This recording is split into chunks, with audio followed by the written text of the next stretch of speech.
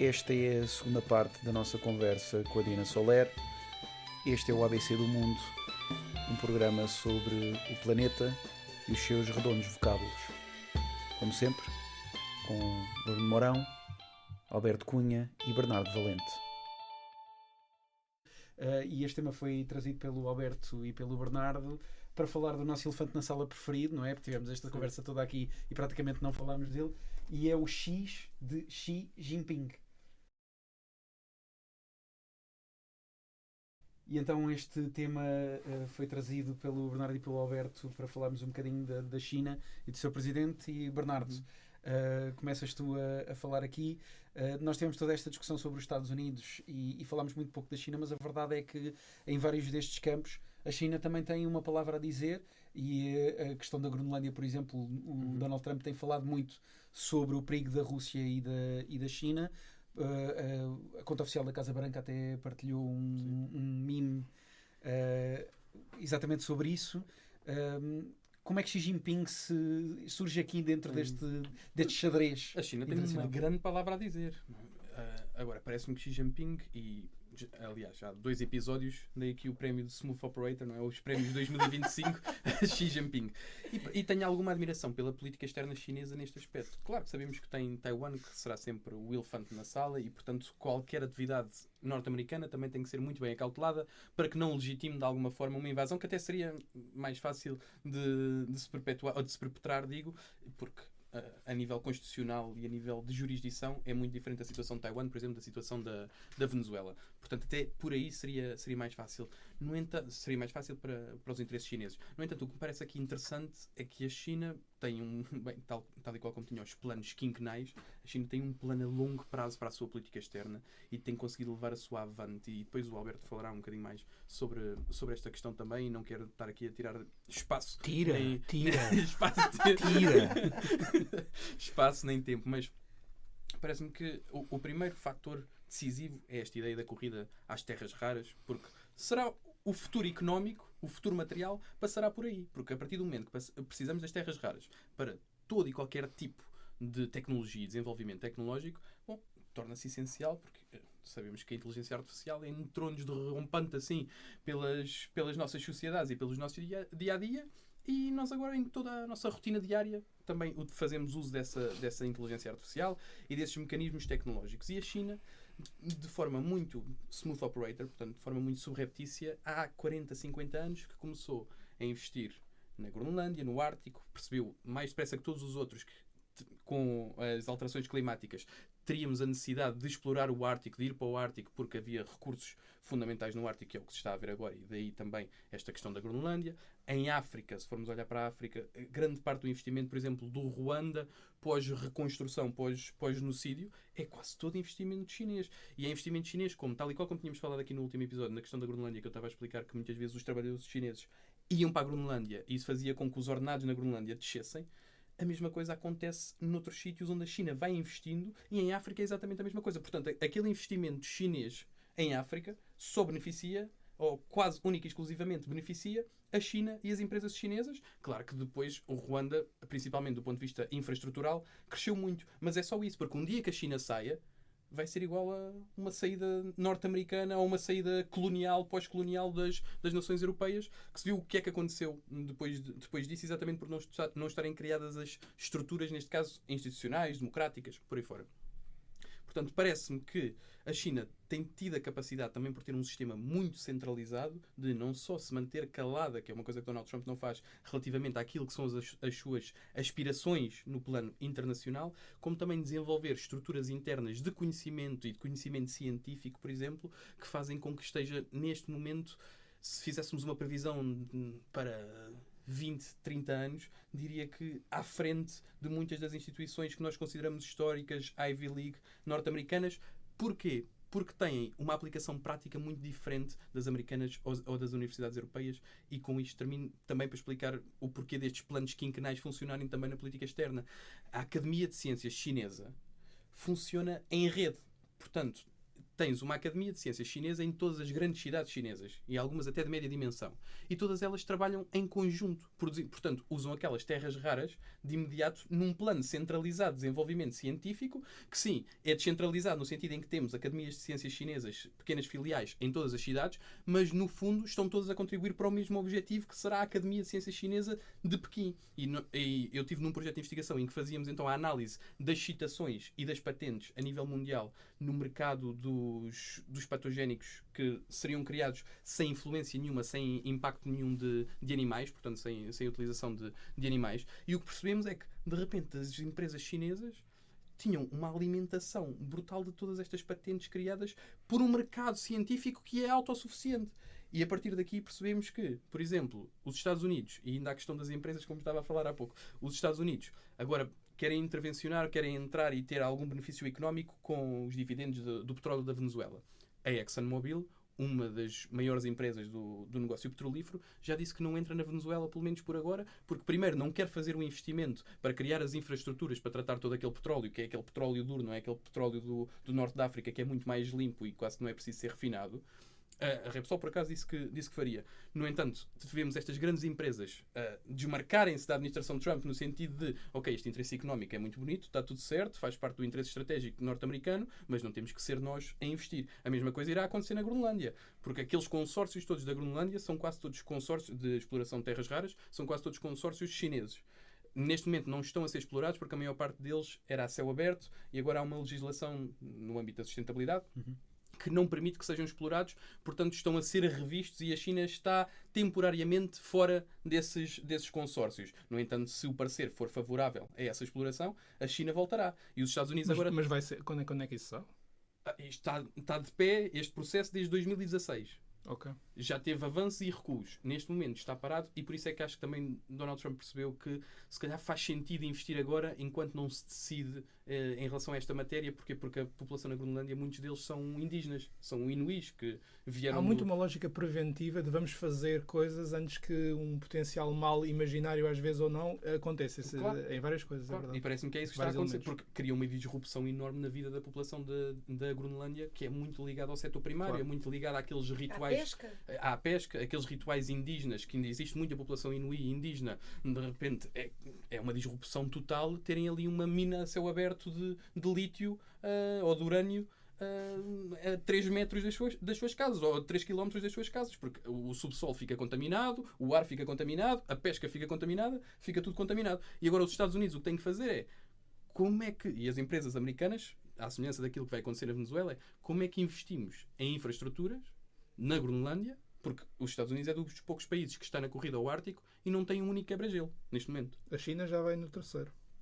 Quem é que vai investir nisso? E depois, é o dinheiro dos contribuintes norte-americanos? Tenho as minhas dúvidas. E depois porque são todos grandes reservatórios de matéria-prima, portanto implica um grande investimento, e para além de implicar um grande investimento é depois importante contornar esta questão legal, que é o que tem tramado os chineses nos últimos anos na Groenlândia. Mas eu aposto contigo que a questão legal não vai travar o Donald Trump. Sim, em princípio não irá ser tão limitadora para nem os chineses, Trump, mas isso é outra coisa. Sim, mas os chineses não o fazem como larde, não é? Preferem esperar 20 anos. Exato.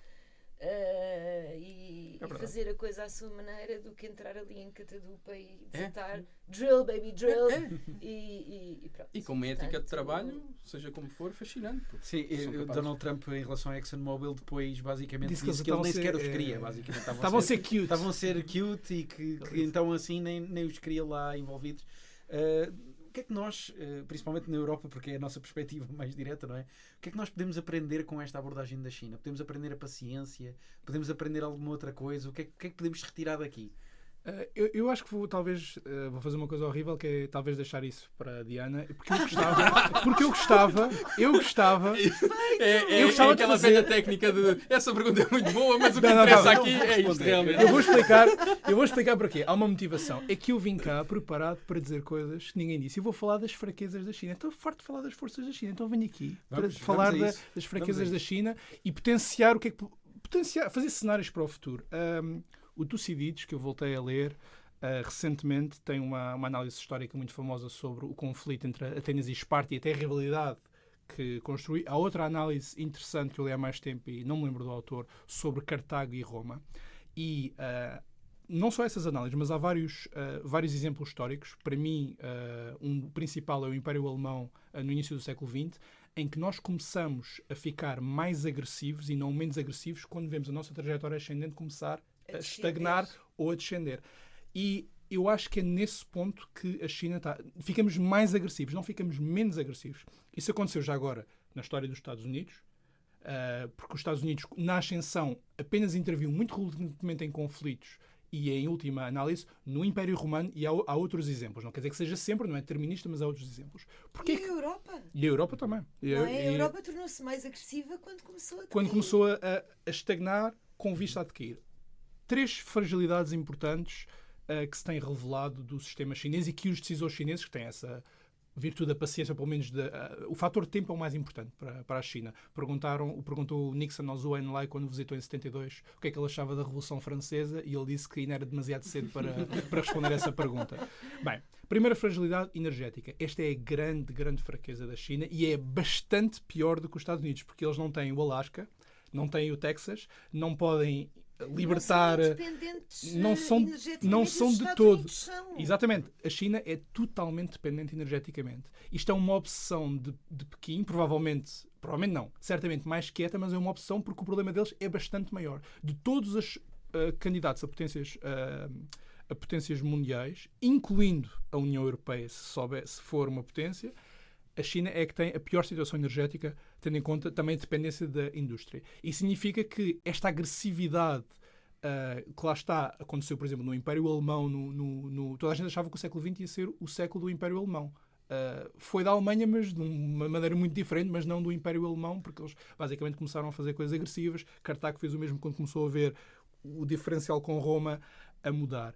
E aqui há poucas opções para a China. E é o segundo ponto, que é uma grande fragilidade que a China tem em relação aos Estados Unidos e que os Estados Unidos, infelizmente, estão neste momento a mandar para o lado, que é as alianças. A esmagadora maioria dos vizinhos da China odeia a ascensão ao poder da China. Eles têm tido um enorme... Nós podemos falar, e eu já falei várias vezes, o Belt and Road, claro, e também, por exemplo, a Organização de Cooperação de Xangai. A esmagadora maioria dos países que estão na zona da China têm ou medo, ou ódio, ou uma mistura dos dois em relação à China. E, às vezes, são regimes que podiam ser próximos. Por exemplo, o Vietnã, na prática, tem sido um proto-aliado do Ocidente, não porque gosta de nós, mas porque tem muito... Gosta menos da China. Por exemplo, falou-se na questão de como é que os Estados Unidos vão captivar Japão e Coreia do Sul se houver um problema com a China. Eles já estão cativados há 300 ou 400 anos. Ninguém precisa de os cativar para uma aliança anti-China. Esta grande dificuldade em fazer alianças é um enorme problema estrutural para a China. E o terceiro problema estrutural é a demografia. E a demografia... houve a famosa política do um casal, um filho, que está a ter consequências a longo prazo. Há um excesso de homens na China, por motivos bons e maus que eu não preciso estar aqui a decorrer, mas que são documentados, e não estou a fazer caricaturas, são documentados. Existe um excesso de homens grave, existe uma enorme dificuldade em balançar o que é o dinamismo económico e demográfico da China litoral com a China interior. Os problemas que nós ouvimos falar no Tibete e, vamos ser claros, pelo menos um proto-genocídio ou limpeza étnica como é que se chama aquela região do Nordeste? Que são os uigures, Xinjiang, peço desculpa. São também fatores de um enorme desequilíbrio. A China é muito mais desequilibrada economicamente que os Estados Unidos. Estamos aqui a falar dos desequilíbrios. Se existisse uma democracia na China, esses problemas já seriam revelados em eleições. Claro que não existem.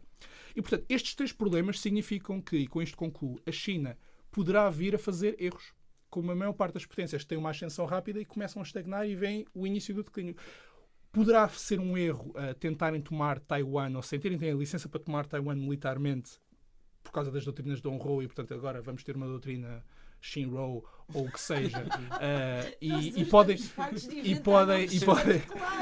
podem causar problemas, mas alguns problemas já estão a ser causados. A China está a começar a desaproveitar aquilo que começou a fazer bem na sua fase mais humilde, e com isto concluir, que é as instituições. Os BRICS não são os mesmos BRICS que eram há 10 anos. Há cada vez mais resistência da Índia e do Brasil aos planos mais radicais que a China tem, por exemplo, a desdolarização que não resultou. Por exemplo, a maior parte dos empréstimos do Banco Asiático de Infraestruturas, vão ver, são em dólares. Porquê? Porque é o que os investidores querem. E a China está a tentar puxar isso, e outros países que estão lá, como o Irão e não é por acaso, se juntaram aos BRICS, mas eles estão, o Brasil ainda, estão noutra e não querem jogar o jogo da China de todo. Não querem necessariamente do Ocidente, mas não querem de todo o da China. E, portanto, eles estão a aproveitar as instituições. Poderão ter digamos, um problema se tiverem uma viragem agressiva por estarem neste estagnar, e eu não tenho certeza que o sistema político aguente que o final deste ciclo de vitórias em relação ao Ocidente.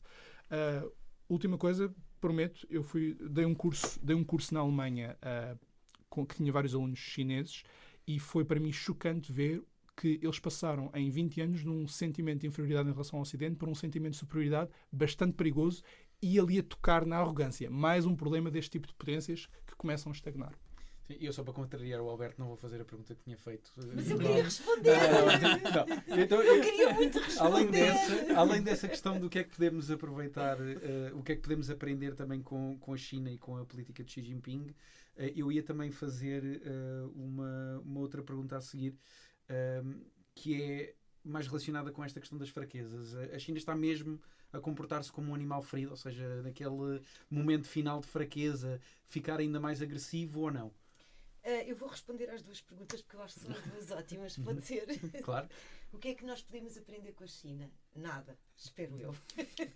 E eu não estou a dizer isto com maldade nenhuma, nem estou a dizer isto porque acho que a China pode estar efetivamente já em declínio e não em ascensão. É porque tudo o que vem do regime chinês me causa uma desconfiança enorme. Eu não quero um regime de vigilância autoritária quase totalitária. Claro.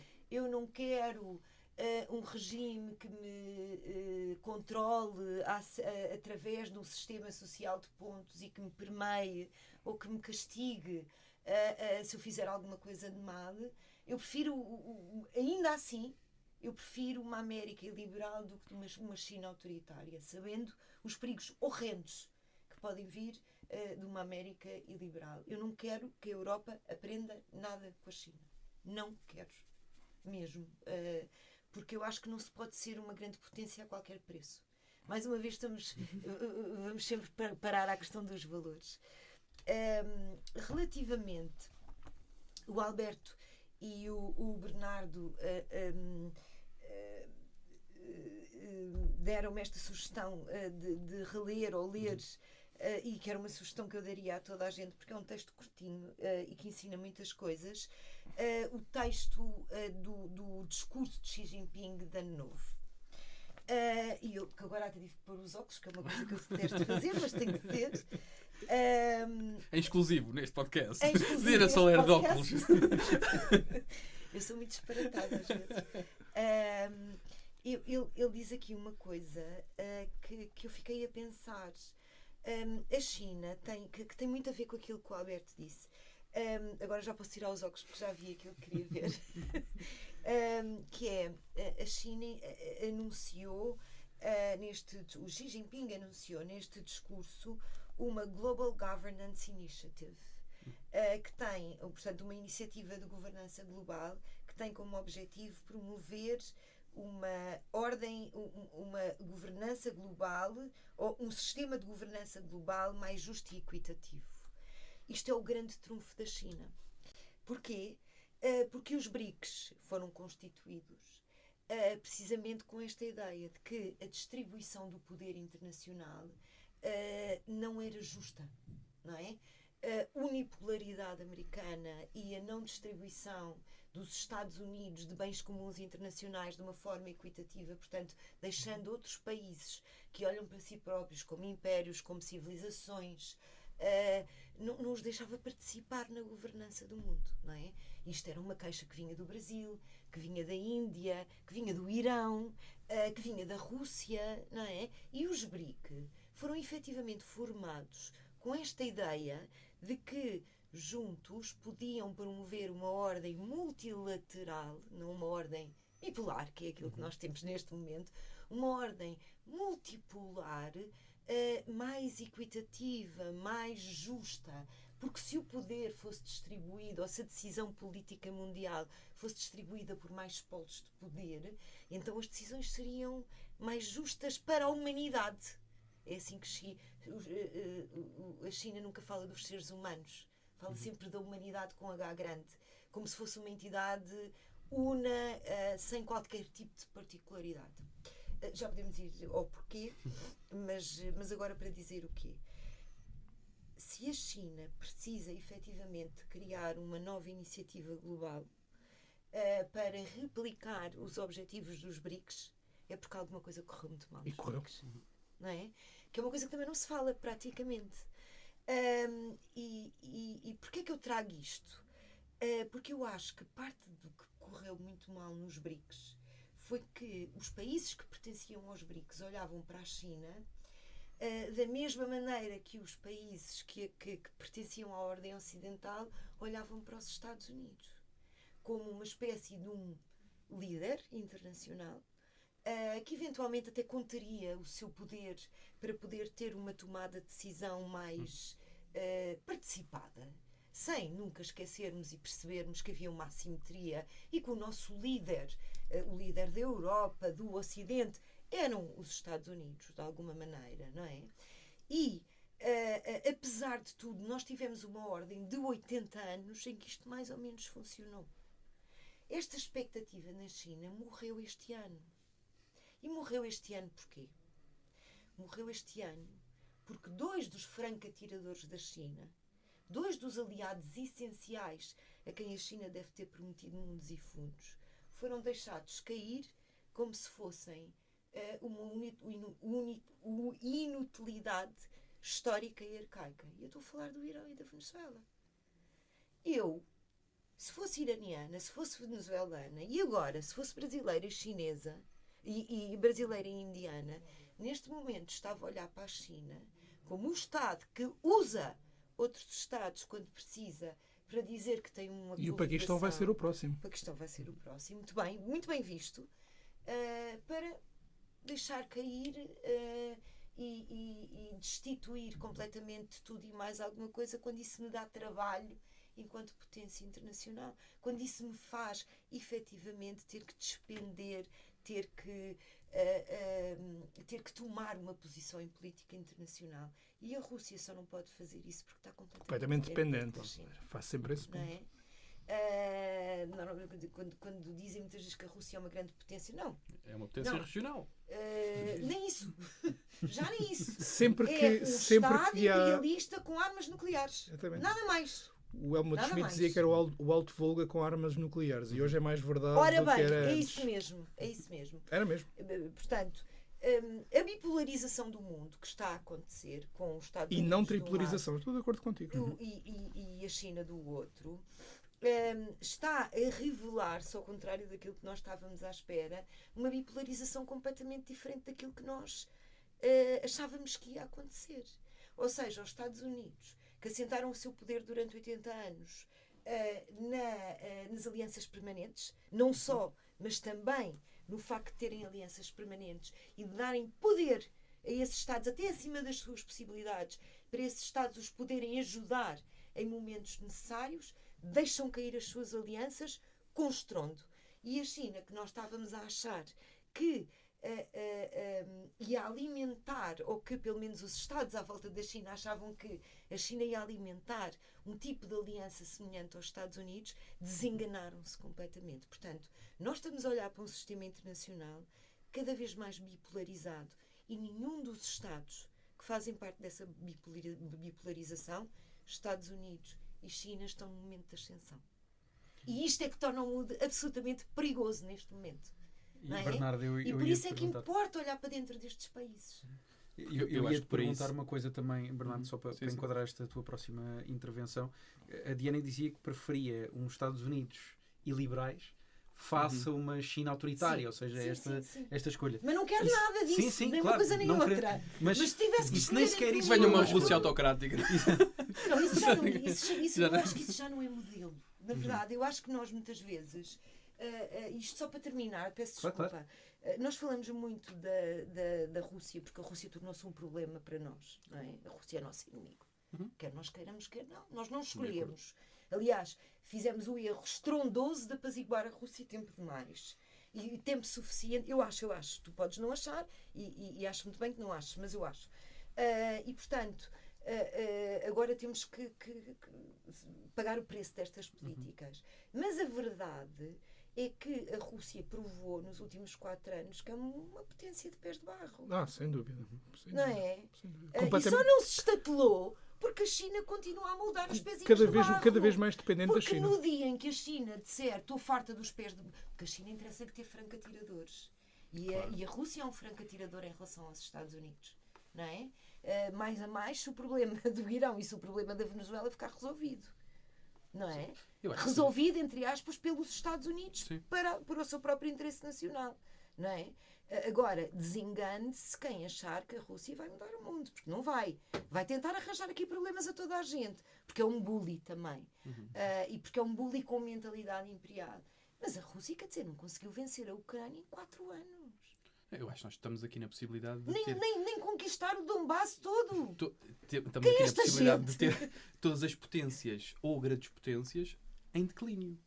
Nós estamos a viver num mundo em que os únicos países que estão realmente a crescer são médias potências ou potências emergentes. Tirando isso, todos os outros, mesmo nas suas esferas de influência, estão em manifesto declínio, parece-me a mim. E a China tinha agora a oportunidade perfeita com a questão do Irão, com a questão da Venezuela, de se assumir como o líder daquele eixo. Um eixo... E era o que todos esperávamos, de alguma maneira, claro, não era? E era um eixo bipolar em que temos os Estados Unidos de um lado, ainda como representantes do mundo ocidental e dos valores ocidentais, mesmo que Donald Trump não pregue muitos desses valores, e do outro teríamos então este eixo a 4, sendo que a China se assumiria como a cabeça. Só que também acho que há um problema militar. A China não assume este papel porque também sabe que provavelmente não terá capacidade, nem com a ajuda da Rússia, porque aquilo que a Diana estava a dizer é verdade, são 4 anos para conquistar o Donbass. E ainda por cima... A Rússia não tem qualquer capacidade de ajudar a China. Não nos podemos esquecer que... Não, já não tem. Nós podíamos ter tido a ilusão, há 4 anos, quando houve aquela amizade sem limites, que isso poderia acontecer. Isso até era o nosso maior pesadelo, quer dizer... Imaginarmos a China e a Rússia juntas. Agora, a Rússia dilapidou todo o seu património político, militar, enfim, não é? A menos que largue numa bomba nuclear e a partir daí eu acho que era a China que aniquilava a Rússia em 3 tempos. Ou então, quer dizer, no fundo, as armas nucleares ainda são muito um dissuasor. Já não são... Sim. Ou nunca foram, não é? E parece-me que também por aí a China, e olhando para a política externa chinesa dos últimos 40 anos, como uma política competente. Ou seja, silenciosa, mas competente. Mas parece-me que a China terá muito mais dificuldade do que os Estados Unidos a estabelecer, por exemplo, uma doutrina Shinro, ou ping-pong. Monping. Exatamente porque tem ali vizinhança que, mesmo dentro daqueles acordos multilaterais que a China tem tentado assumir também uma perspectiva de liderança da governança global, e enquanto os Estados Unidos apostam no bilateralismo, agora a China vai apostando neste multilateralismo, ou pelo menos tentar-se assumir como esse líder que cria pontes em novas instituições diferentes daquelas que o mundo ocidental do pós-guerra conhece. E, aliás, até há um livro escrito por um antigo secretário-geral das Nações Unidas que se chama A China, pelo menos a tradução em português, A China já ganhou, e a ideia é mesmo essa. A China já ganhou porque ocupou o espaço dos Estados Unidos, que é o espaço do multilateralismo, o espaço de um mundo livre em que existe pluralidade de ideias na discussão das relações internacionais. Claro que, pronto, vale o que vale, é uma opinião como todas as outras. Mas discordo. Sim. Já não, aqui não matem mensageiro, aqui estou só a passar a mensagem do livro. Mas isto para dizer o quê? Que, por exemplo, a Venezuela, a Colômbia, podem oferecer ali resistência, principalmente resistência da sociedade civil, por estar extremamente armada, ligada aos cartéis, como sabemos. No entanto, não têm a capacidade concertada de derrotar os Estados Unidos ou de prevenir uma ambição expansionista dos Estados Unidos na América do Sul. Enquanto os vizinhos da China e alguns inimigos históricos, como é, por exemplo, o Japão, eventualmente terão essa capacidade. E por isso é que a China tem uma tarefa muito mais difícil. Se dividirmos o mundo em esferas de influência, a China terá uma dificuldade muito maior em expandir a sua área do que os próprios Estados Unidos. E para além disso, como vimos agora, a China também, se tivesse alguma capacidade militar, teria pelo menos lançado um aviso, lançado um alerta, agora que aconteceu isto na Venezuela. Não lançando, acho que é sintomático dessa dificuldade da China, que pode estar em declínio, tal e qual como todas as outras potências. Não deixa de ser interessante, porque é um mundo em que todas as grandes potências estão em declínio, portanto há de ser um mundo em mudança. Necessariamente bom. Não acho que seja bom. Porque as potências em declínio, como estava a dizer o Alberto e bem, São mais predatórias, historicamente são mais agressivas. São. Mas é um mundo em mudança. Ou seja, isso é. Isso é acho o que já sintoma ninguém... claro que... Isso acho que já ninguém... E que não sabemos para onde vai. Porque de repente temos a Índia a entrar aqui também. Podemos discutir outro dia. Por acaso acho que a Índia é uma... Quer dizer, também é um bocadinho... Tem um bocadinho de pés de barro, não é? Nós estamos à espera que a Índia se transforme numa grande potência há 20 anos ou 30 anos, não é?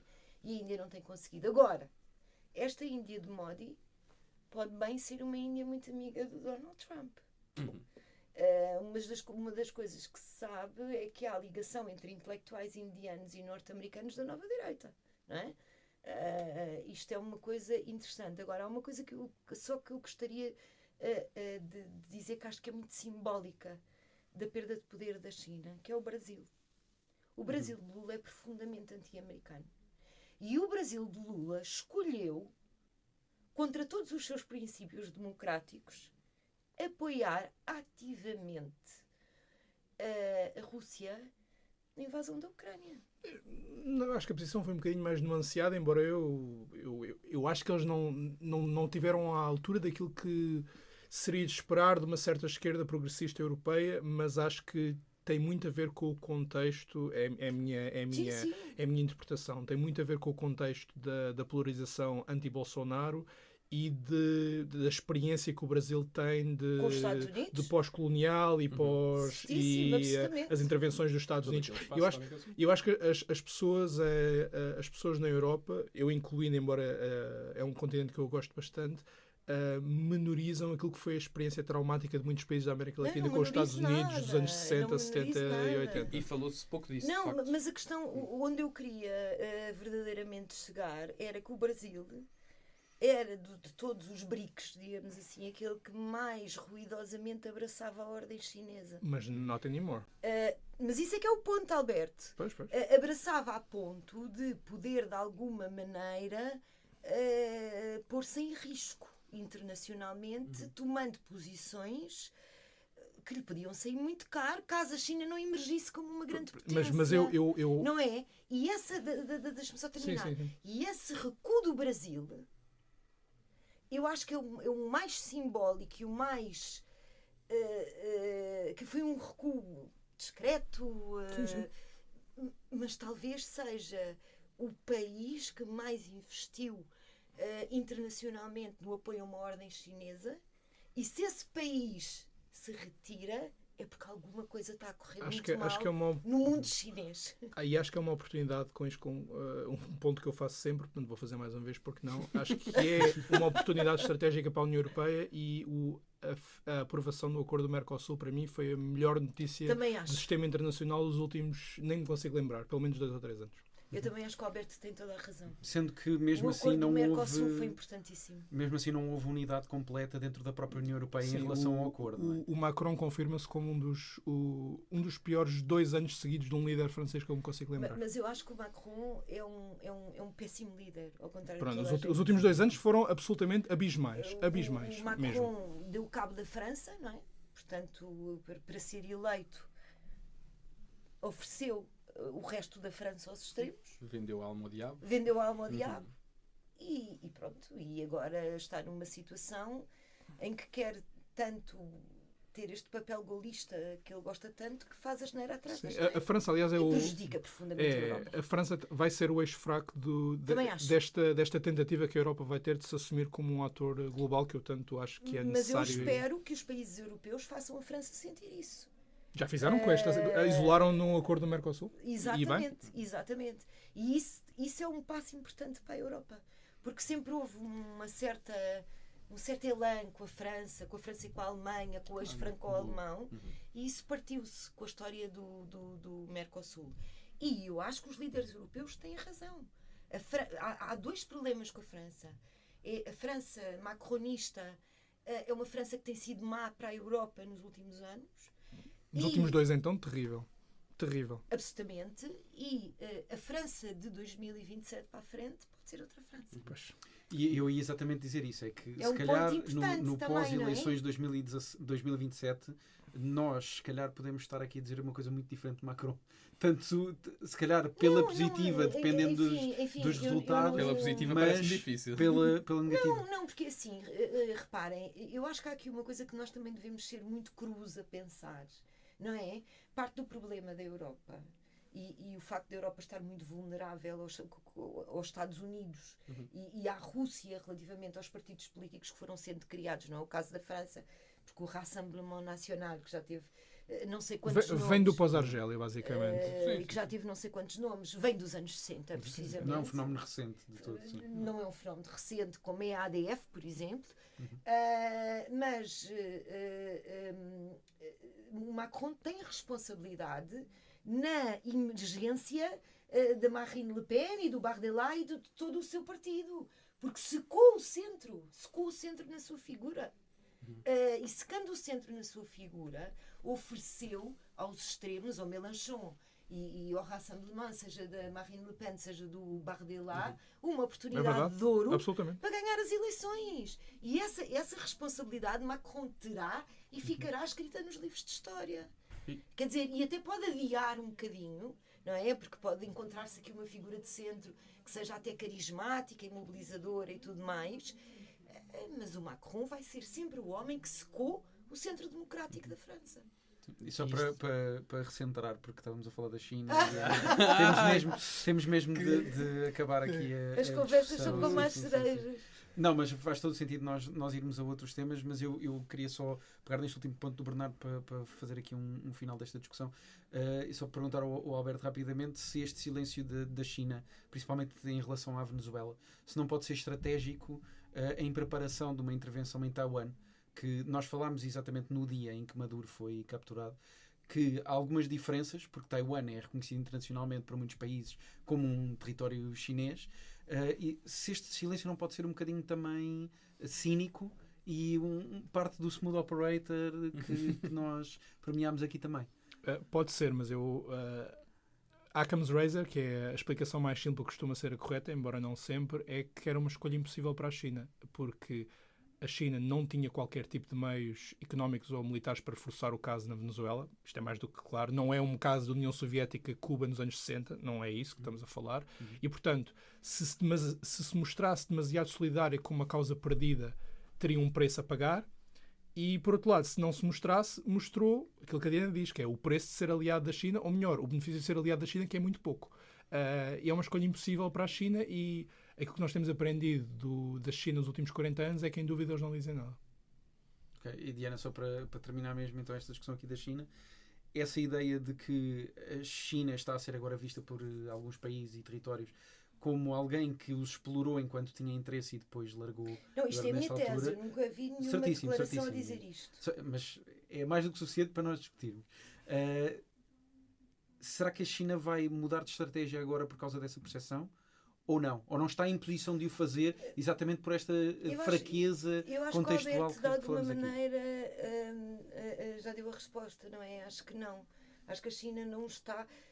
A questão de Taiwan que estavas a pôr, isto é um encobrimento para Taiwan, não sei o quê. Uma coisa não tem que implicar a outra.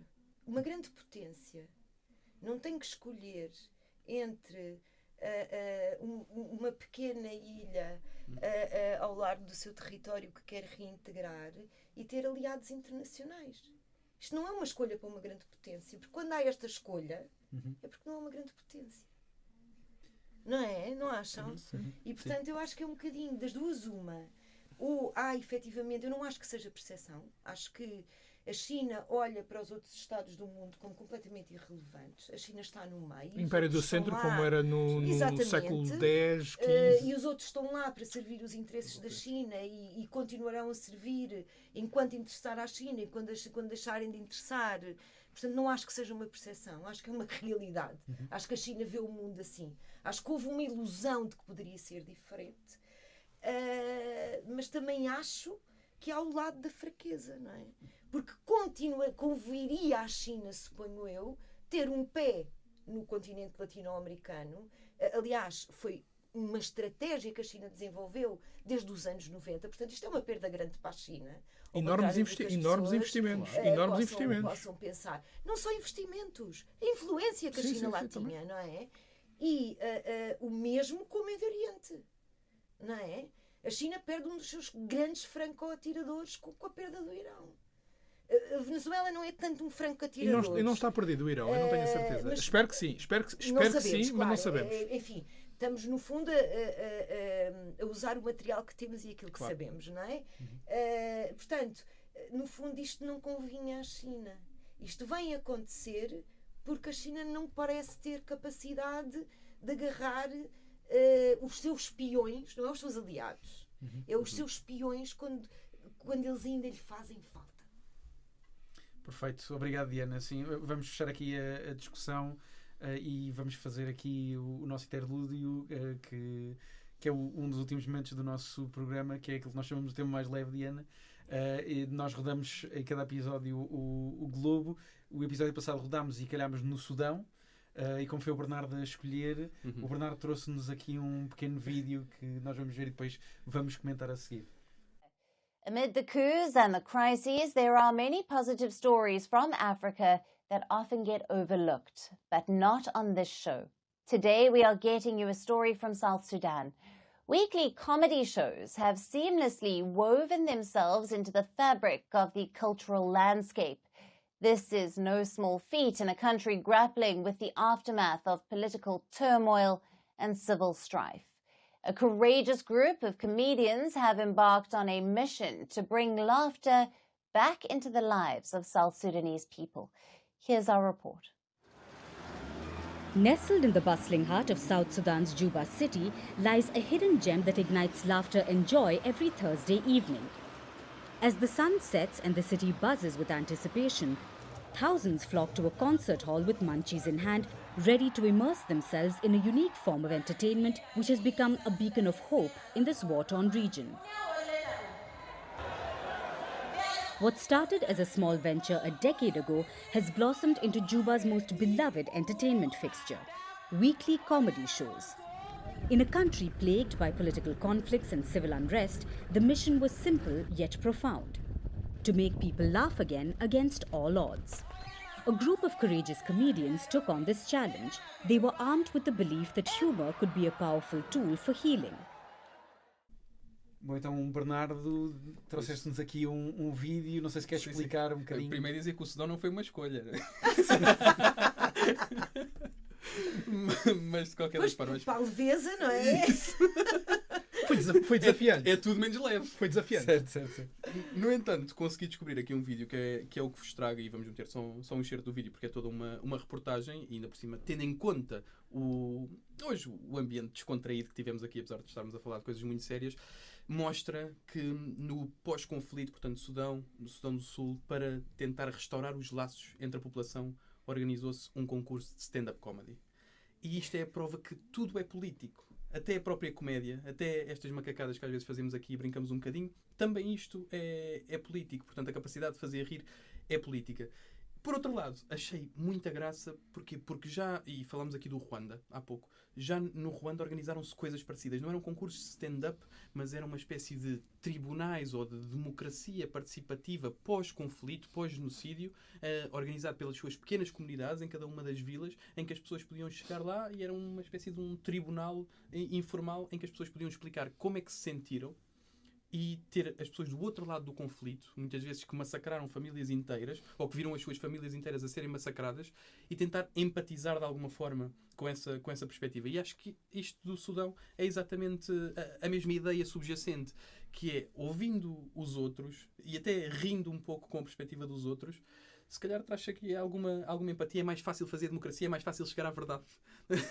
E pronto, é por aí este vídeo. Sim, e é óbvio que a comédia tem um papel político, e recentemente temos tido vários exemplos disso. Tivemos a questão de um comediante nos Estados Unidos ser temporariamente cancelado exatamente por causa de comédia. Pronto, E era o melhor instrumento que as sondagens.